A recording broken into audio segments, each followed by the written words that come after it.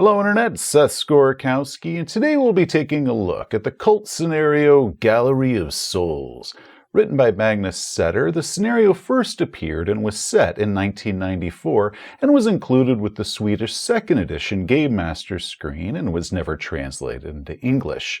Then, for Christmas 2020, it was translated into English and heavily modified by Pedernalo as a free downloadable adventure for Cult 4th edition, which has shockingly better art than the old edition did. Coming in at 42 pages, the updated scenario is now a noir adventure set in 1951 Los Angeles and comes with 4 pre-generated characters.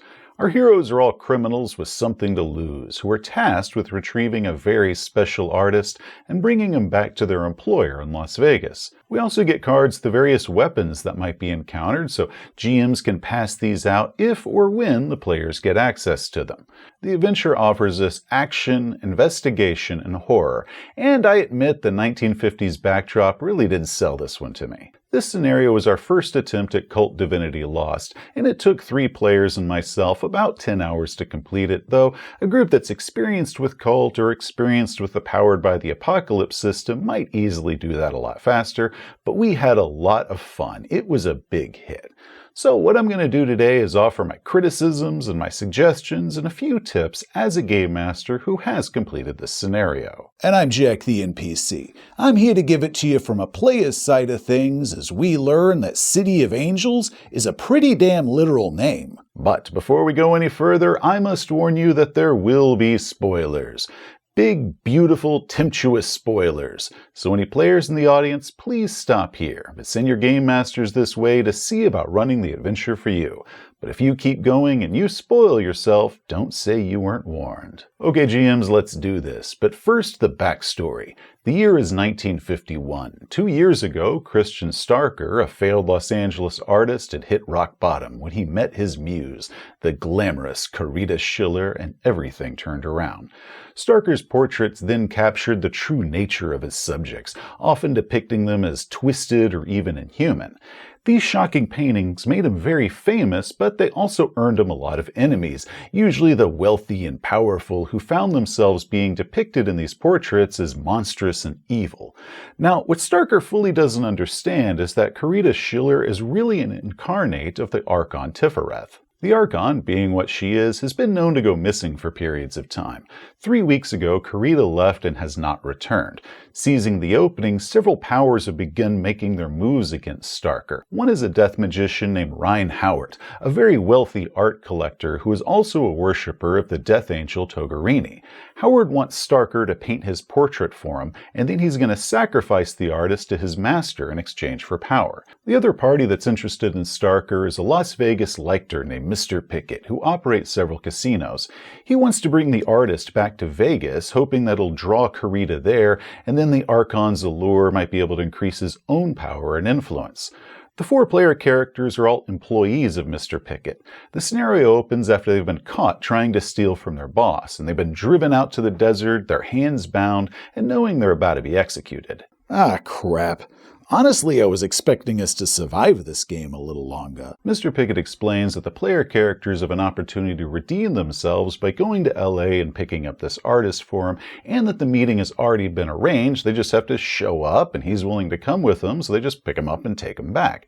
However, he also gives a not-so-veiled threat that if the player characters fail or try to betray him, that he's going to hurt the character's loved ones. Now, the module backstory says that Pickett's first LA agent turned up dead, but for whatever reason, the scene where he instructs the player characters to go to Los Angeles, he neglects to mention that to them, which means that if the players don't know about that information, it might as well not exist. So I say that you have Pickett go ahead and mention that his previous agent has come up dead. It also gives the notion to the players that there is a potential and unknown threat and a sense of danger, rather than just being information that the GM knows, but the players have no way of really finding out. Next, 2 of the player characters are aware that something is unnatural and weird about their boss, likely the reason they were trying to steal the money and escape him in the first place.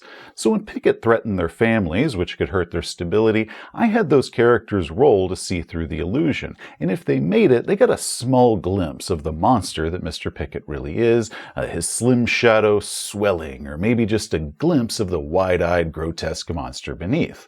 Pickett leaves the player characters with a letter from Starker that was planning the meeting, and that was addressed to Mr. Pickett's alias, Mr. Stone. The meeting is set for 9 p.m., and it takes 5 hours to get to LA from where they are, leaving about 7 hours for the player characters to do whatever they want with. Maybe they'll research Starker and learn a little bit about who he is and his reputation, or maybe they'll go and stake out the park a bit early. Or maybe they'll just get the address to Starker's studio from the operator and try to bypass the park portion entirely like we did. I mean, yeah, his note said only use this phone number in case of emergencies, but you know what? There is a crime boss / possible monster that's got my family hostage. I'm going to call that an emergency. The park scene is pretty straightforward. It's closed for the night by the time that the meeting starts, so the player characters are going to have to get themselves inside. But a couple things with this. One, there is a Somerset Park in LA that is nothing at all like the one in the module that's got the little pond and all that, so maybe change the name of it or have a ready-made excuse in case your players, whip out their phones and they start researching the place on their phones instead of trying to research it in-game like they're supposed to be doing. What? What you talking about? Next, the high fence around the park is said to be capped with coils of barbed wire, which seems a bit odd. I mean, this is a fancy place, so I just changed that to sharp wrought iron spikes. The in-game threat that gives if they try to climb over it is the same, but, spikes just seemed a bit more appropriate for the scene. A shadowy figure waits for him on the dock once they get inside, but as they get closer to him, he draws a short sword and attacks them. Now, this is what's called a damned legionnaire, an undead Roman centurion that Howard summoned to deal with the player characters or whoever it was that was going to be coming and picking up Starker. Now the module suggests, and I really do like this idea, that if the Legionnaire is killed, he just falls into the water and vanishes. Nobody's ever able to find his body. Maybe he drops his sword, leaving that as a clue, but they're not going to be able to check him out and see what sort of undead creature that he really is. And that kind of leaves the supernatural as being hinted at and something we can still lead up to. However, for my game, since they had already gone to the studio before going to the park and then realizing that he wasn't at the studio, so then they went to the park hoping they might be able to find him there, and things had already escalated, I went ahead and let them examine the damned Legionnaire's body. When the PCs do go and check out the studio that's at the address that the phone number on the letter led to, the player characters might notice a man outside watching it from a car. Maybe they'll confront this person, or maybe he's going to spot them and drive away, or maybe he's going to drive away and the player characters get to follow him and try to chase him without them knowing that he's on his tail. Whichever way they do it, it's a good clue and I really like it. And it really kind of adds to that noir atmosphere of some guy just got hunkered down in his car watching the house from across the street. Inside the studio is a bloody scene. Some of the details aren't spelled out that well in the module, but essentially what it was is that Starker was holding a showing and a sale at his gallery trying to get some money before he left town, trying to be able to fund the fact that he was fleeing. I assume that this event took place the night before he was supposed to meet everybody at the park, or maybe 2 nights before he was supposed to meet everybody at the park, but we never get a specific when inside the module, so you'll have to figure that out. Anyway, Howard sent 2 of his damned Legionnaires to this gallery showing. He killed everyone there and then he kidnapped Starker. And then Howard sent a Cariath to devour and absorb all the bodies at the scene of the crime. So the player characters enter to see signs of carnage. Lots of blood everywhere, flies, a few severed body parts the Cariath hadn't picked up, but no sign of Starker. They also encounter this one guest who had hidden in the bathroom with his wife, but as he fell under the Cariath's spell, he ends up murdering and flaying her and began devouring her, and it was a great scene when they found him. Great? That's the word we're going to use for that? We play a lot of different horror adventures, and that scene of finding a dude in the bathroom eating the skin off of some dead woman in the bathtub, that was one of the more disturbing things that we've had in about 10 years worth of gaming. And then, once we looked in his wallet and we found a photograph of that guy standing next to his young, beautiful bride, and we realized that it was her face that he had been eating, yeah, that was the darkest scene in this entire adventure. Upstairs, the player characters will find several clues, some pieces of Starker's work that hadn't been stolen, including some portraits of his muse, Karita Schiller. They'll find a letter from their boss, Mr. Pickett, that's written under the alias Mr. Stone, and a letter from a local detective saying that somebody was following Starker. They also discover the address that Starker was living at and how he was living with Karita Schiller, and that's where they should possibly be able to find him. Karita lives at the top floor of a swanky 8-story apartment building downstairs. We get a map of the building, but the description of the stairs and the elevator placement is a bit confusing for me. It sounds more like they're supposed to be in the center of the building rather than along the side, because her apartment takes up the top floor, except the entrance to get to the stairs and the elevators along an outer wall. So with a little Photoshop, I added it. Each floor has 2 apartment doors on each landing, with only one door up on the top floor, and a small elevator that goes up the middle of the stairwell. Knowing where all of this is might be useful once combat begins. Breaking into the apartment, they'll find several more clues, some of which includes letters from an unnamed art collector that was requesting a portrait to be made, and then they become more and more threatening by the end of this sequence of letters.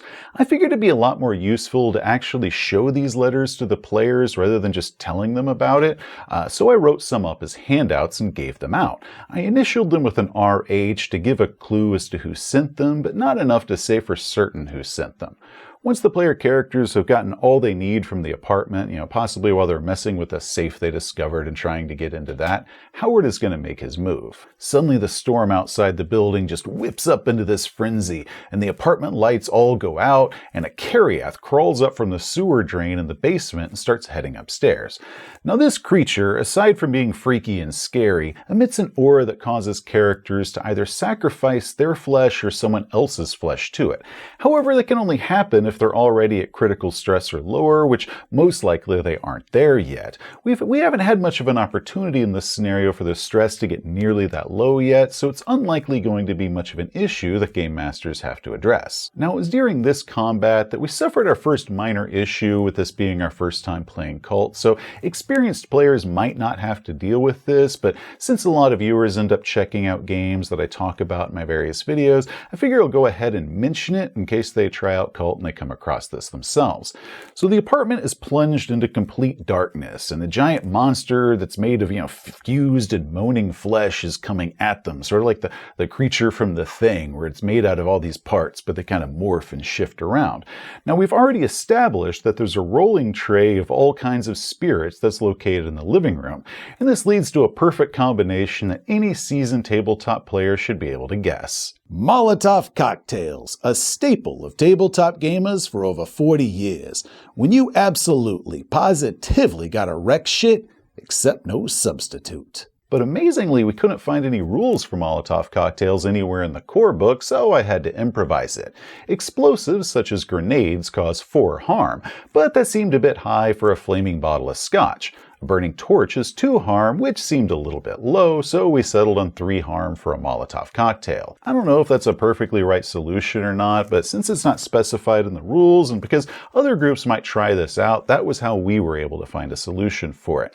However you want to do it is fine, but just be prepared in case your players try something like this, because, well, if players love anything, it's throwing flaming bottles of stuff at things. After the apartment, the player characters still need to find Starker, and if they successfully were able to follow the car that was staking out the studio, or if they asked around about antique gladiuses if they're able to get one from the fallen Legionnaire, or they showed pictures around town of the guy that was in the photograph of the apartment, and they were able to identify that guy as the lawyer, they might have been able to figure out who Ryan Howard is. That's the reason that I added the initials at the bottom of the handout letters that I made, just to make that line of investigation a little bit easier and something that the player characters might be more willing to try.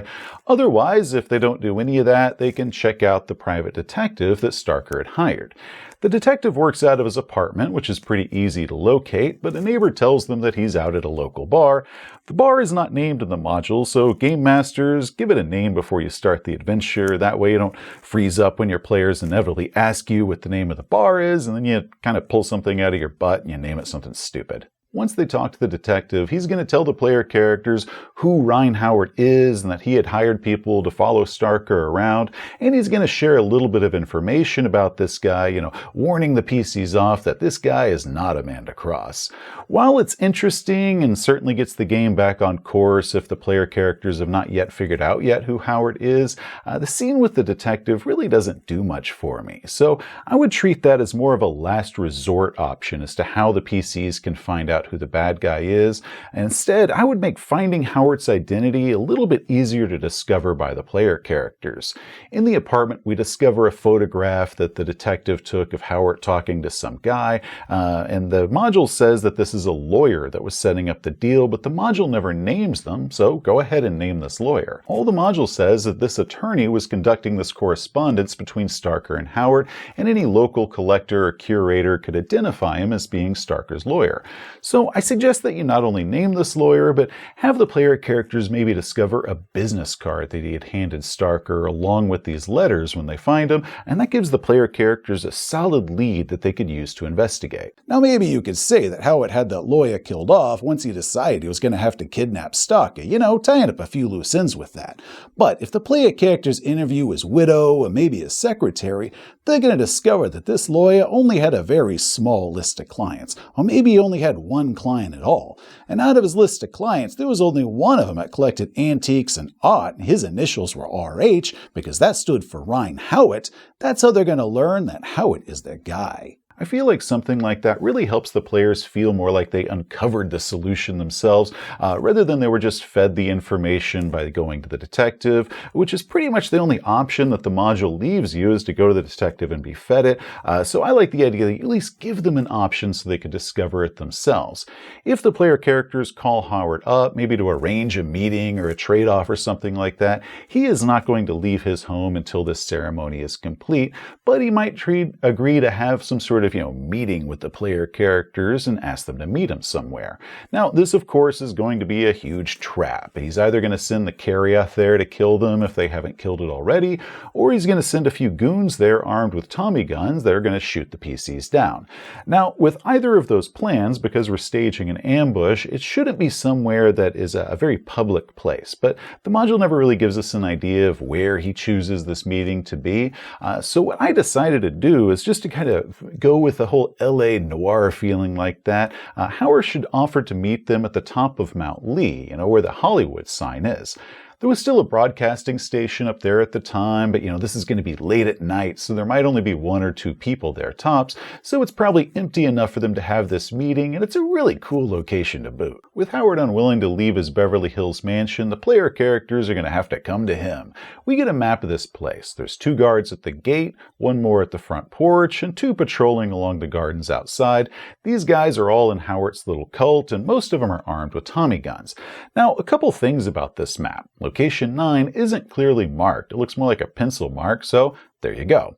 But that's a simple issue, not really been worth mentioning. The big problem with this map is the ground floor. First, there's no back door. A big place like this should definitely have a back door, so I stuck one here.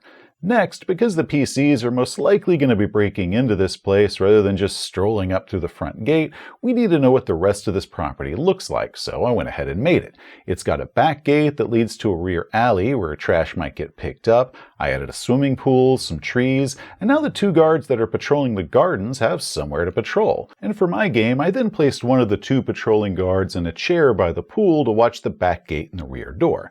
However the player characters choose to get inside this place is perfectly fine. Maybe they'll use stealth, which Fred would be good for, or maybe they'll con their way inside. Elizabeth might be useful for that. Maybe they'll just assault it, charge through the front gate with their car like the A-Team or something, hoping to get inside, get Starker, and get out of there before the police arrive. All I know is that 3 of those goons are armed with Tommy guns, which means once we kill them and knock them out, we are going to be armed with Tommy guns. Inside, the house is pretty simple. We find a lot of antiques, some interesting artifacts. We find Howard's freshly painted portrait showing his twisted soul. In the library, the PCs discover a giant wrought iron gate that's built across one wall, and the gate door is slightly ajar. If they open the door, the wall behind it dissolves, transforming into a long tunnel stretching off into darkness. Wow, this house really has everything. 3-car garage, a modern kitchen, a portal to God knows where. The people of Beverly Hills really know how to live. Now, one thing that I add is that this gate door now had an elaborate lock on it, which of course Howard has the only key to. So while the gate can be closed and the portal hidden like it's a normal wall, the only way that this gate could actually be sealed shut is if somebody was to stick the key in the lock and just lock the gate door. Following the tunnel into Underworld, the player characters eventually reach a giant temple. I picture it being less built than it is simply just being carved from the black stone, sort of like a subterranean Petra. This temple portion is awesome. Once we combat a damned legionnaire that's guarding the entrance, this place is just cool and alien and weird.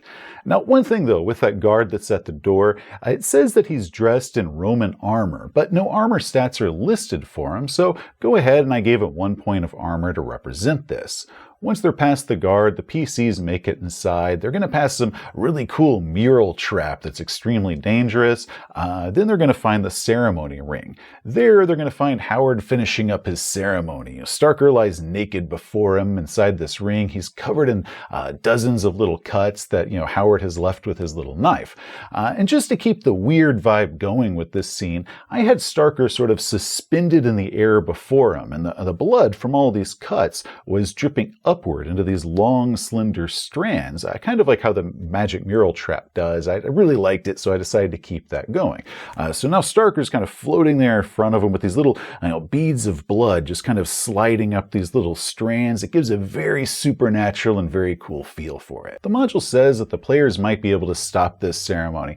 Personally, I don't think you should be able to stop the ceremony unless the game master really thinks that the PCs are beaten down. There's no way they could possibly survive this, so go ahead and give them an option that they could be able to interrupt this ceremony and prevent it from completing.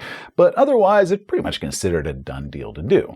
But if you do allow the PCs to be able to stop this ceremony, I would only allow them just one action in order to do this. Now, the room itself is huge. Going by the scale of the first room's description, being 150 meters long, it makes getting to the center of the circle something like 75 meters. So that might require a full sprint in order to reach him, or just a really difficult shot, which might mean that they end up, missing the bad guy and hitting Starker, who's now floating in front of them. And personally, I don't think that killing Howard should be what could interrupt and destroy the ceremony. Like, the ceremony has come too far for that. So the solution could be something like removing Starker for the ring.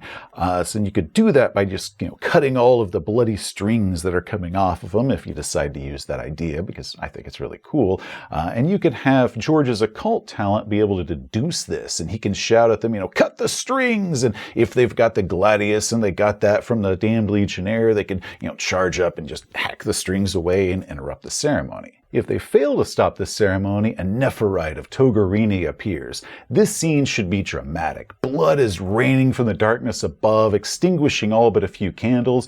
Space is warping around them, and the player characters end up in different places than where they started. Hymns and screams are filling the air. Maybe the sound of a tolling bell is coming from somewhere off in the distance. Now, the Nephirite moves slowly. She's going to take her time. She has no interest in the player characters, and she's going to completely ignore them unless the PCs attack her. Oh, well, in that case, I ain't messing with her. She can do her thing. All she wants is Starker's soul to take back with her to Inferno. Ah, crap. Yeah, I can't let that happen. Once this scene is done, the module just pretty much ends there.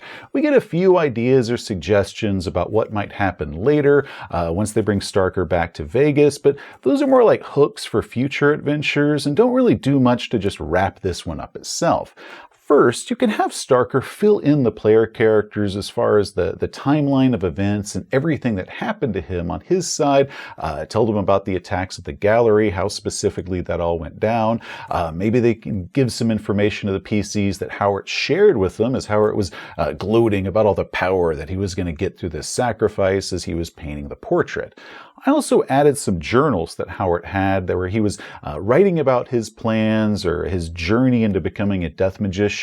I figured this is a good way to fill in some of the plot details, not just for the player characters, but for the players as well. Finally, as the player characters were leaving the mansion, they found Karita Schiller just casually leaning against their car, and she asked the player characters what happened as well as who sent them here. She never reveals to the PCs who it is that who she is, but she does present herself in a way that kind of makes it clear she's the most powerful entity that they've encountered so far. I had her figure out who Mr. Pickett was or what he was based off their description of why they came here, and a guess as to what his plan was behind it. So she tells the player characters to deliver a message to him, saying that she has received her invitation, but she was refusing it, and told him never to return or send anyone back to her city again. She kissed her lover goodbye, which healed all of his cuts, and they turned into these very pale scars, and then she casually just strolled off into Howard's house because she was set on destroying this gate that could lead down to Underworld. That done, we then played out the delivery to Mr. Pickett and his reaction to the Archon's message, and kind of that sign that the PCs were free of, whatever debt it was, but everything was going to be terrible for this artist, because at that point I did have a player playing the artist because his character got killed back when they were facing off against the Neophyte. So Game Masters, I do suggest that you give some thought or some ideas about how you want to conclude or how you want to wrap up this scenario, because it really doesn't give you much in that department, to give it a little bit more closure and also answer several questions and kind of hints about the larger world that the players might be interested in order to keep playing, maybe with these characters or maybe with different characters in a future adventure. Overall, despite my complaints about it, we really had a lot of fun with this adventure. The setup and the setting for it are absolutely wonderful, and the horror elements, especially in the studio or the encounter with the Cariath, were just an absolute huge hit with my players and I. All the complaints that I had are pretty easy fixes once you know what to look out for, and none of them were really big issues to begin with. You can find the adventure on the Cult Divinity Lost website or on DriveThruRPG for the low price of totally free. Links below, I suggest that you check it out. Also, for any Game Masters out there that might want to run this scenario, I've stuck a link to my modified maps and additional handout letters that I made, so links below for those as well. Hope you have fun. Hey, thanks for watching. If you enjoyed the video, please give it a thumbs up. If you want to see some more of our stuff, such as game reviews or how-tos, just hit that subscribe button. Till next time, gamers, you have a great day. During my life as an NPC, I've now used a Tommy gun to shoot dinosaurs, Nazis, Nazi mummies, deep ones, Ithaca, and now a singing Cenobite. My life is pretty awesome.